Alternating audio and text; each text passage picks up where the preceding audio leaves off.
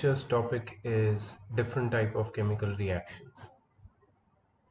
Now, when chemical reactions occur, a variety of rearrangements of atoms may take place. As a result, the reactions occur in many different ways, and these can be classified into the following simple types. The first type is combination reaction.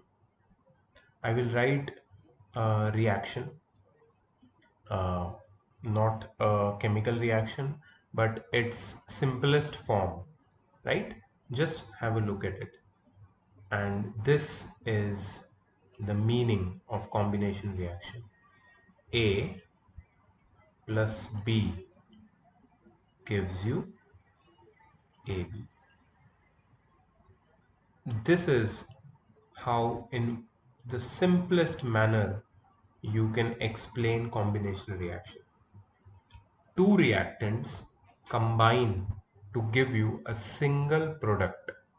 Two or more reactant it could be combine to give you a single product. That is combination reaction. So in combination reaction, two elements can combine together to give you a single compound. E means element. Okay, I will just write over here so you don't get confused. E means element, C means compound. So two elements can combine together to give you a single compound, right? An element and a compound can combine to give you a new compound, or two compounds can combine together to give you a new compound. So your final product will always be a compound, right? But it can be formed with different combinations. So all these different combinations are part of combination reaction. So basically, two or more substances combine to give a single substance. That is combination reaction. See the definition and note it down, right? You're taking notes, right? So whatever I'm highlighting, take a note of it. The reaction in which two or more substances, elements or compounds combine to form a single substance are called combination reactions. This is the definition of combination reaction, which you must remember. Now see what are the types, examples. Magnesium plus oxygen give magnesium oxide. Two elements, magnesium is an element, oxygen is an element, gives you magnesium oxide, which is a compound. Hydrogen plus oxygen gives water, combination reaction. More examples. Okay, before that, an activity, a combination reaction between quicklime and water. Quicklime, calcium oxide, water, H2O. If you combine this, you know what kind of reaction is this. It is a combination reaction, but it is one more kind of reaction. It is an exothermic reaction. Why? Because it gives calcium hydroxide, CaOH twice, and this beaker, it heats up when this reaction takes place. So heat is evolved. That's why it is also an exothermic reaction. So it is an exothermic combination reaction. Quicklime plus water gives you slaked lime. Remember the common names as well as chemical name as well as chemical formulae. This has become very important now, right? So what kind of a reaction is this? This is an exothermic combination reaction. It is not a type of combination reaction, but there are two types which we have studied till now, uh, exothermic and endothermic, out of which this is the exothermic one, and also it shows the characteristics of a combination reaction. That's why it is exothermic combination reaction, right? Okay. Now, as I told you, there are three common types of combination reaction: element plus element, element plus compound, or compound plus compound. All will give you compound, right? See, there is one more important information given to you over here. I will show you this one. A solution of slaked lime produced above is used for whitewashing the walls. You know whitewashing? So whitewash is basically a coat which is applied on walls to give it a white finish. But it is not as long lasting and as durable as your uh, plastic emulsion paint. The Asian paints, the expensive Asian paints which we put in our houses, right? This whitewash, or you can say calcium hydroxide, is not so durable or so reliable as the normal paints which we use nowadays. So what is this whitewash? Whitewash is nothing but calcium hydroxide, which is your slaked lime. Slaked lime, when it is applied on walls, it reacts with carbon dioxide of air and it produces calcium carbonate. You know what is calcium carbonate? Calcium carbonate is limestone. Calcium carbonate is limestone. Limestone is, in normal terms, marble. So that effect is like marble. It gives you uh, white, shiny finish to the wall. Right? When you apply slaked lime to the wall, it gives you white shiny finish, right? Plus H2. So this is the reaction between calcium hydroxide. This calcium hydroxide, slaked lime, is also known as chuna, which you apply on the walls, right? If you want to experience, or if you must have experience, if you want to know where you have experience, maybe in your school or some places where if you just touch the wall, if you um, stand against the wall, this tuna sticks to your body parts or your clothes, and your hand or your shirt, it becomes white. It becomes it. There are white patches on it of tuna. So that is your slaked lime uh, converted into calcium carbonate, right? Which is a whitewash on the wall. So it is not very long lasting. It is just a temporary solution. It gives a painted effect on the walls, but it is not actually a permanent paint. Okay, it is just a temporary solution. Okay, so that's just more something more about slaked lime and limestone. Let's go ahead. Now there are more examples of combination of two elements to form a compound. Carbon plus oxygen gives carbon dioxide. Hydrogen plus chlorine in the presence of sunlight gives you hydrogen chloride. This reaction of formation of hydrogen chloride has industrial applications, and it is used for manufacture of hydrogen chloride gas. And this hydrogen chloride gas, you must have heard about hydrogen chloride gas, right? It has a very choking smell, pungent smell, just like ammonia. But yeah, maybe a little bit stronger than that. So when this hydrogen chloride is dissolved in water, it is highly soluble in water. When it is dissolved in water, it gives you hydrochloric acid, most commonly used acid in domestic and industrial purposes, right? So hydrochloric acid is formed by dissolving hydrogen chloride gas in water. So these are also types of combination reaction. Okay, then magnesium plus oxygen gives you magnesium oxide, and you've seen that burning of magnesium ribbon, the same thing. Iron plus sulfur gives iron sulfide. Hydrogen plus oxygen gives water. Sodium chloride, sodium chloride, common salt, it is also formed by combination reaction. Sodium plus chlorine gives sodium chloride.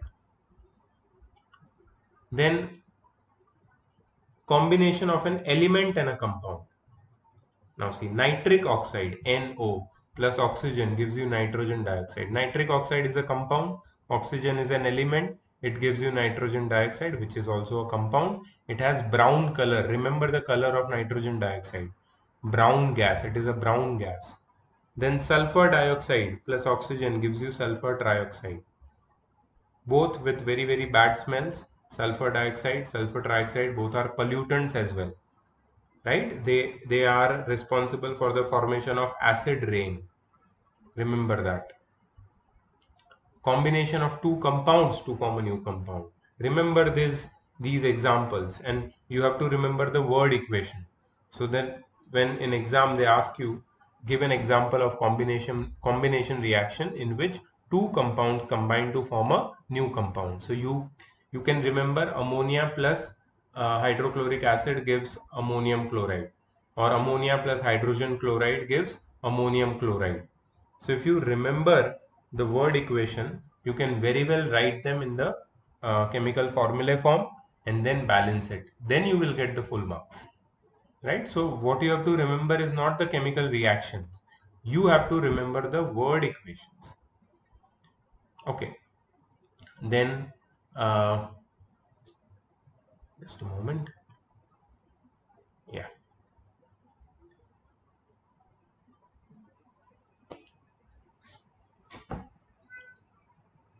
Calcium oxide plus uh, sulfur trioxide gives calcium sulfate. Calcium oxide is a compound, sulfur trioxide is a compound, gives you new compound calcium sulfate. Then calcium oxide plus water gives calcium hydroxide. Quicklime plus water gives you slaked lime, right? Okay, so here there is this activity where they have given you two test tubes.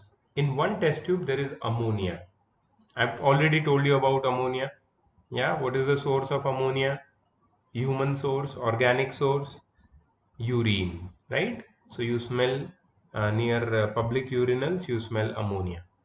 Plus hydrogen chloride, which is a inorganic compound, right? If you take two test tubes, one full of ammonia, one full of hydrogen chloride, and if you bring the mouths of those test tube near to each other, those two gases combine with each other. Combination reaction.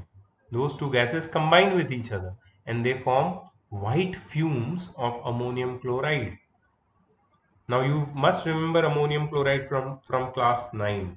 In class 9 you have studied that ammonium chloride is a sublimable solid, right? If you heat ammonium chloride crystals, they directly get converted into vapor. So here the vapors of ammonium chloride are formed, and if you put a cold surface over it, a cold dish over it, they will all sublime over there and become ammonium chloride uh, deposits deposits of ammonium chloride, right? So this is a very important reaction. Now you can very well balance the reaction. I have already shown the balancing. I'll show you here, just a moment.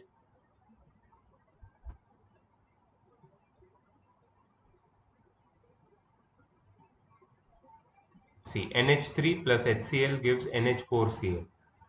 Ammonia plus hydrogen chloride gives ammonium chloride. It is already balanced equation.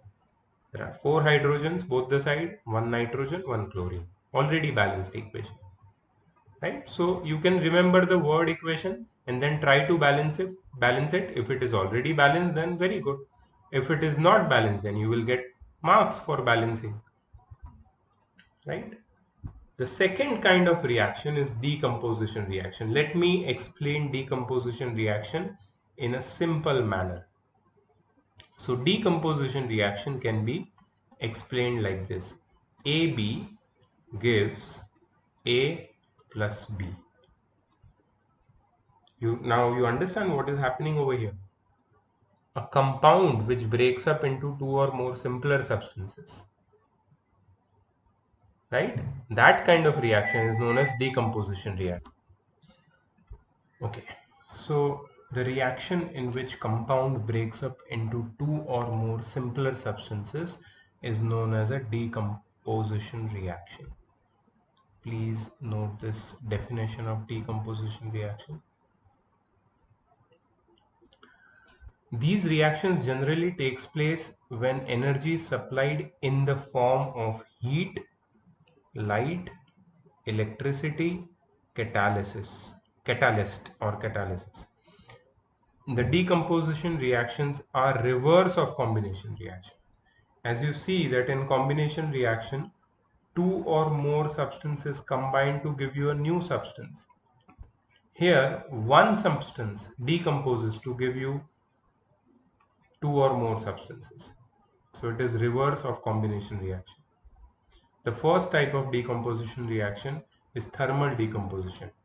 Thermal decomposition is the decomposition reaction which is carried out by supply of heat. So what do we have here? Lead nitrate. Lead nitrate in a test tube is heated. It gives out lead oxide, which is solid form, nitrogen dioxide, brown fumes. You see brown fumes coming out of the test tube, plus oxygen. So lead nitrate has completely broken down into three substances: lead oxide, nitrogen dioxide, and oxygen. Remember the equation and remember the observation, remember the word equation, okay? And then you have to balance it. Okay, now this is an example of a thermal decomposition reaction because this is carried out by the supply of heat. Okay, then ferrous sulfate. Now see, the crystals of ferrous sulfate. Ferrous sulfate is a salt which is in the crystalline form. It is of green color. Ferrous sulfate crystals are of green color. When you heat it, first ferrous sulfate breaks down into anhydrous ferrous sulfate. Anhydrous matlab without the water of crystallization. Do you see this 7H2O over here, which is in combination with FeSO4? That is the water of crystallization. Now that 7H2O has been removed, so this ferrous sulfate now has become anhydrous. Anhydrous, or you can say it has become dry. And it has become white. Its green color has also gone and it has become powdery. Its crystalline form has also gone. But if you continue to heat it, if you continue to heat FeSO4, the water evaporates. But ferrous sulfate further breaks down into ferric oxide, which is a brown color solid, brown color powder, plus sulfur dioxide, plus sulfur trioxide. So now you see a proper decomposition happening. FeSO4 decomposes into Fe2O3, Fe2O3 plus SO2 plus SO3. So this decomposition has occurred with the help of heat. That's why it is known as thermal decomposition. Then there is decomposition by electricity or electrical decomposition. This decomposition occurs when you pass electricity through any compound. So the best example for this is water. When you pass when you pass electricity through water, what happens is water breaks up into hydrogen and oxygen. Hydrogen, being a positive ion, gets collected at cathode. Hydrogen gets collected at cathode, and oxygen, being a negative ion, gets collected at anode. So at anode, here you see all the oxygen collected, and at cathode you see all the hydrogen collected, right? Also, the amount of hydrogen is double the amount of oxygen. So what you are doing, this setup is known as Hoffman's voltameter. So basically there are two test tubes which are kept inverted in a glass beaker, and there is acidified water inside the glass beaker. Now the two test tubes are inserted with two uh, graphite rods which are connected with a battery.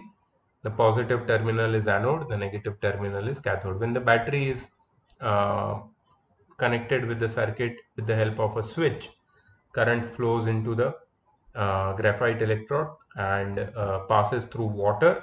This water breaks down into hydrogen and oxygen, which is collected over anode and cathode and anode respectively. So this is how water breaks up with the help of electrolysis. Water splits into hydrogen and oxygen, its constituents, with the help of electrolysis, and that's why it is known as uh, electrolytic decomposition, or decomposition with the help of electricity.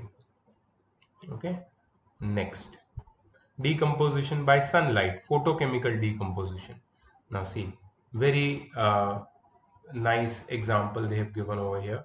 Silver chloride. So silver chloride is a compound which is white in color. The white crystals of silver chloride are put in a china dish. A china dish is a dish which is, just like your saucer, right? Okay. So when you put this dish, china dish containing white crystals of silver chloride in sunlight, silver chloride slowly starts decomposing with the help of sunlight and gets converted into silver and chlorine gas. Silver is left behind, which is gray colored metal, and shiny gray colored metal, and chlorine gas is evolved. So this decomposition has taken place with the help of sunlight. That's why it is also known as photochemical decomposition. And silver bromide, for your information, behaves in the same way. Silver bromide also gets decomposed with the help of sunlight and gets converted into silver plus bromine gas. You know bromine vapors, reddish brown color, right? Okay, more examples of decomposition reaction. Mercury oxide, HgO, on heating gives mercury plus oxygen. Calcium carbonate, which is limestone, on heating gives calcium oxide plus carbon dioxide. Calcium oxide is quicklime, right? Calcium carbonate is limestone. Calcium oxide has many uses. It is commercially used in the manufacture of cement. Please note it. You will study about calcium oxide more, I think, in acid, bases, and salts. But still, wherever they are giving you the reference, some important points, you must note it down. Potassium chlorate on heating decomposes into potassium chloride plus oxygen, right? So these are all thermal decomposition. Now see a new kind of decomposition over here with the help of catalyst. So what is a catalyst? Catalyst is a substance, just a moment. Catalyst is a substance which alters the rate of reaction,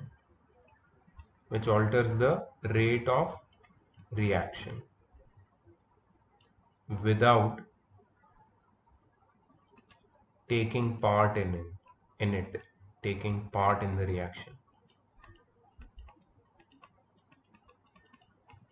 So this is the definition of catalyst. Catalyst is a substance which alters the rate of reaction. What do you mean by alters the rate? Alters the rate means it makes the reaction faster or slower. It can also slow down the reaction. Some cases it makes the reaction faster. So catalyst is a substance which makes the reaction faster or slower, but it does not take part in the chemical reaction. So here one example is given. Methane is a gas which decomposes in the presence of a catalyst to give carbon plus hydrogen, right? You will study about this catalyst and this equation more in the last chapter of chemistry, that is carbon and its compounds. See the uses of decomposition reaction. The first use is in metallurgical processes. You are going to study this in chapter number 3, that is metals and non-metals. In metals and non-metals, they will teach you about extraction of metals. So metals are not available freely in the earth. They are always available in combined form, like zinc. Zinc is available in the form of ore of zinc. Ore is a substance which contains a lot of metal in it, right? So ore of zinc is zinc carbonate. So if you want to take out zinc from zinc carbonate, it is known as, the process is known as extraction of metal. So what you do is you heat it and zinc carbonate gets converted into zinc oxide and carbon dioxide. And further, zinc oxide can be reduced to get zinc. Now you will ask me, what is reduced? We are going to study oxidation and reduction reaction in this particular chapter, and that is our next topic. So let's keep it pending for now. Okay, next, one more example of uses of decomposition reaction. Aluminium oxide, molten aluminium oxide, on passage of electricity, it decomposes. It gets converted into aluminium plus oxygen. This reaction also we are going to study in chapter number 3, metals and non-metals. Right? So the process is known as electrolysis of molten aluminium oxide. Sodium chloride also decomposes with the help of electricity in the form of sodium and chlorine. Sodium metal is available. It is available in the molten form after decomposition, and chlorine gases evolved. Right. So for decomposition, we use some energies to carry out decomposition. That is heat, light, electricity. So mostly all these reactions where energies are absorbed are known as endothermic reactions. So mostly decomposition reaction are also endothermic reactions. Digestion of food is also a decomposition reaction. In digestion, what happens?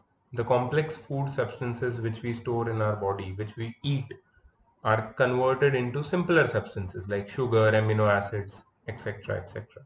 And our body releases a large amount of energy, and it keeps our body working, this energy. Right? So digestion is a kind of an example of decomposition reaction. Remember this. The third type of reaction is displacement reaction.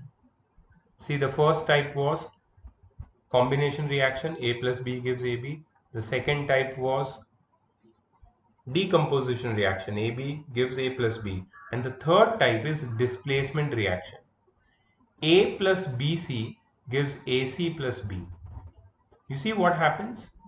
The place of B has been taken by A. A has taken the place of B.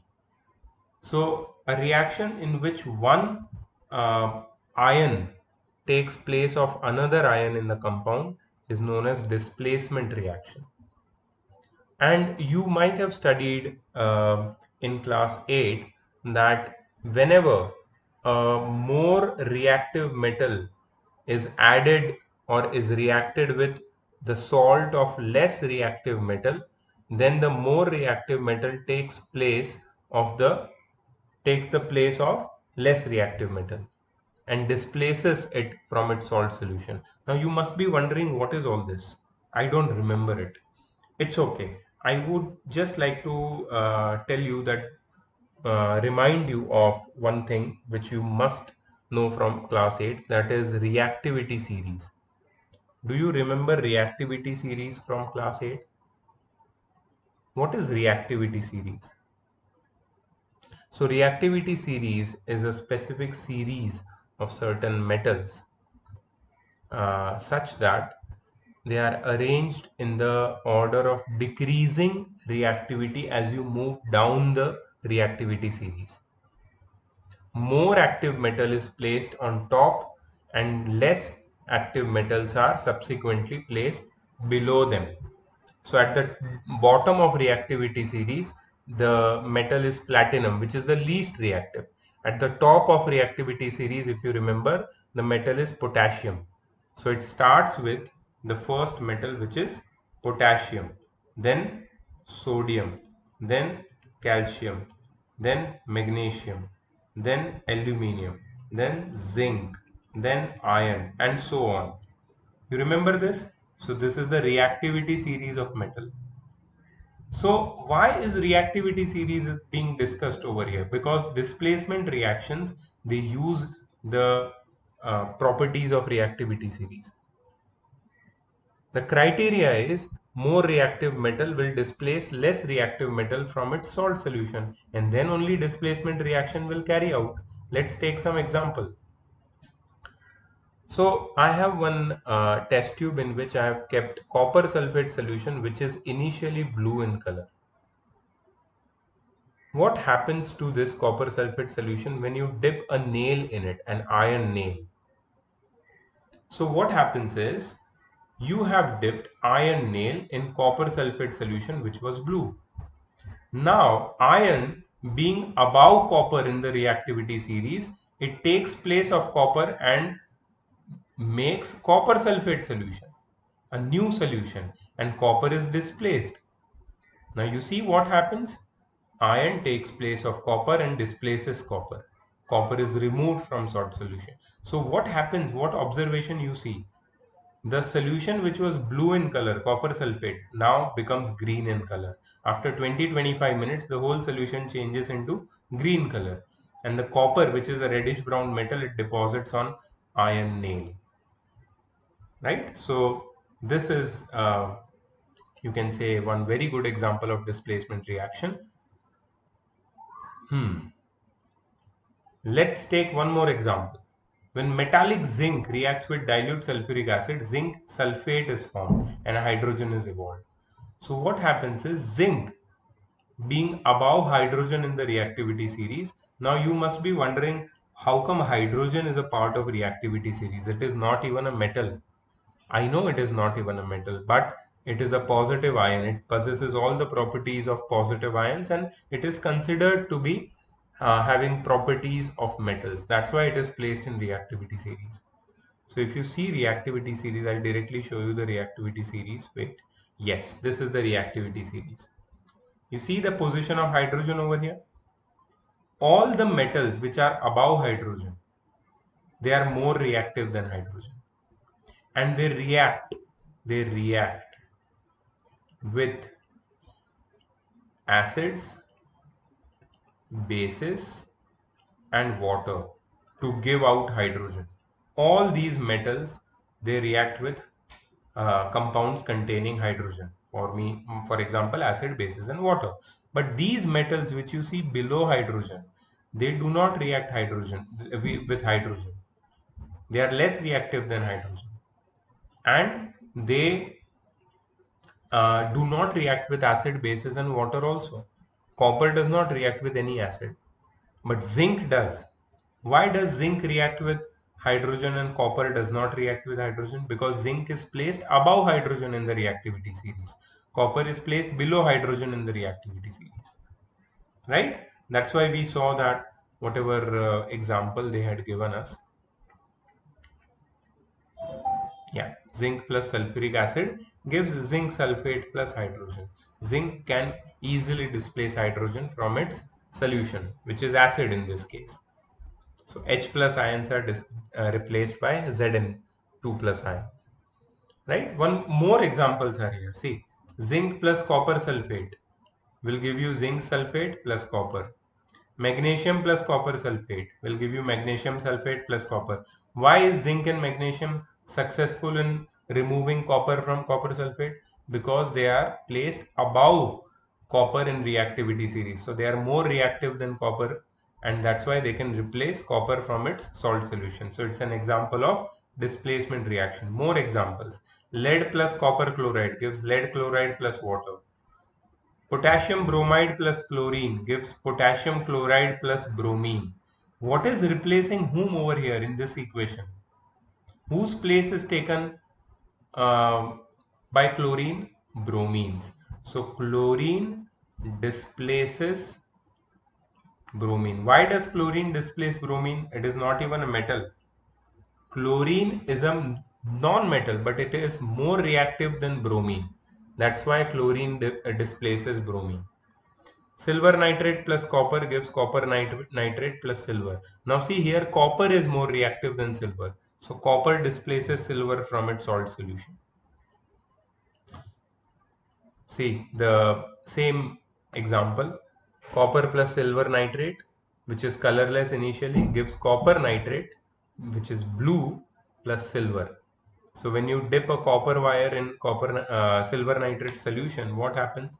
This copper displaces silver from its salt solution. The silver nitrate solution, which was colorless before, becomes copper nitrate solution and blue in color, and the silver gets deposited on copper wire.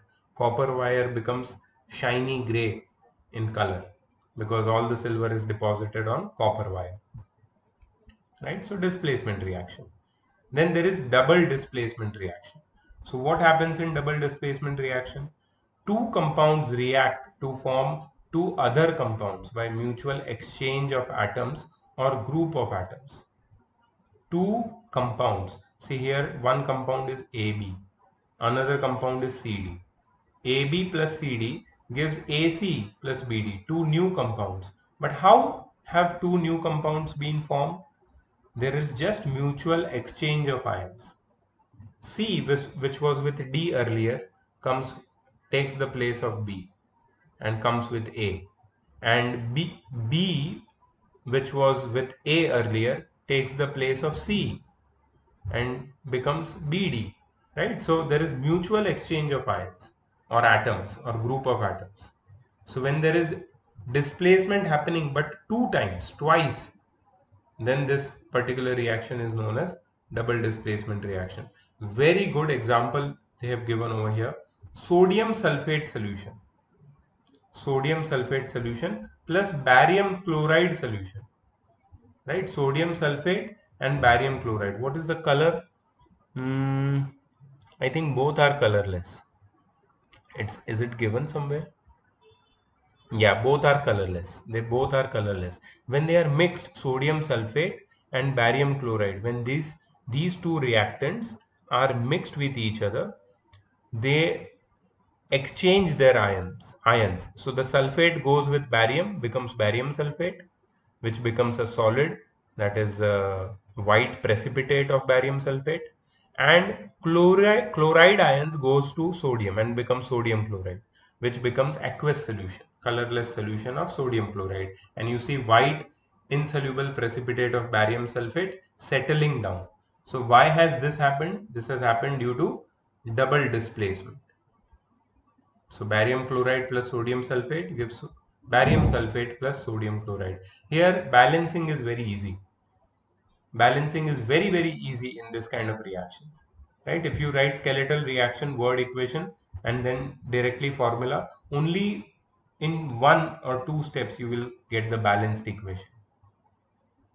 So here the double displacement reaction which we have seen is also a type of precipitation reaction. Can you tell me why? Because barium sulfate precipitates are formed.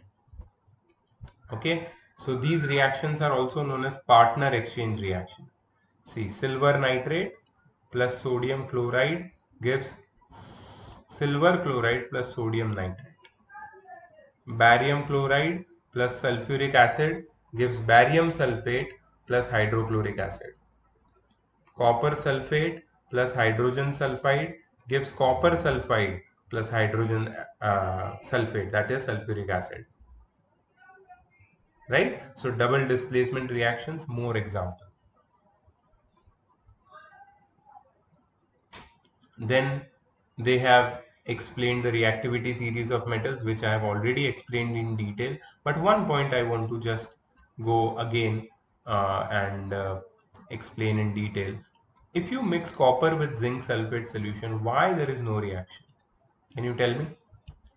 If you mix copper with zinc sulfate solution, why there is no reaction? There is no reaction because copper cannot displace zinc from its salt solution. Why can't copper displace zinc from its salt solution? Just look at the position of copper here. Where is copper? Over here. And where is zinc? Over here. Copper is below zinc. So copper is less reactive than zinc. So a less reactive metal cannot displace more reactive metal from its salt solution. So copper will not displace zinc from its salt solution. So no reaction will occur in this case. But if it would have been zinc plus copper sulfate as shown above, it would have formed copper plus zinc sulfate. Zinc would successfully replace or displace copper from its salt solution because it is more reactive than copper. Right? So now the displacement reaction with the help of reactivity series of metals should become very clear.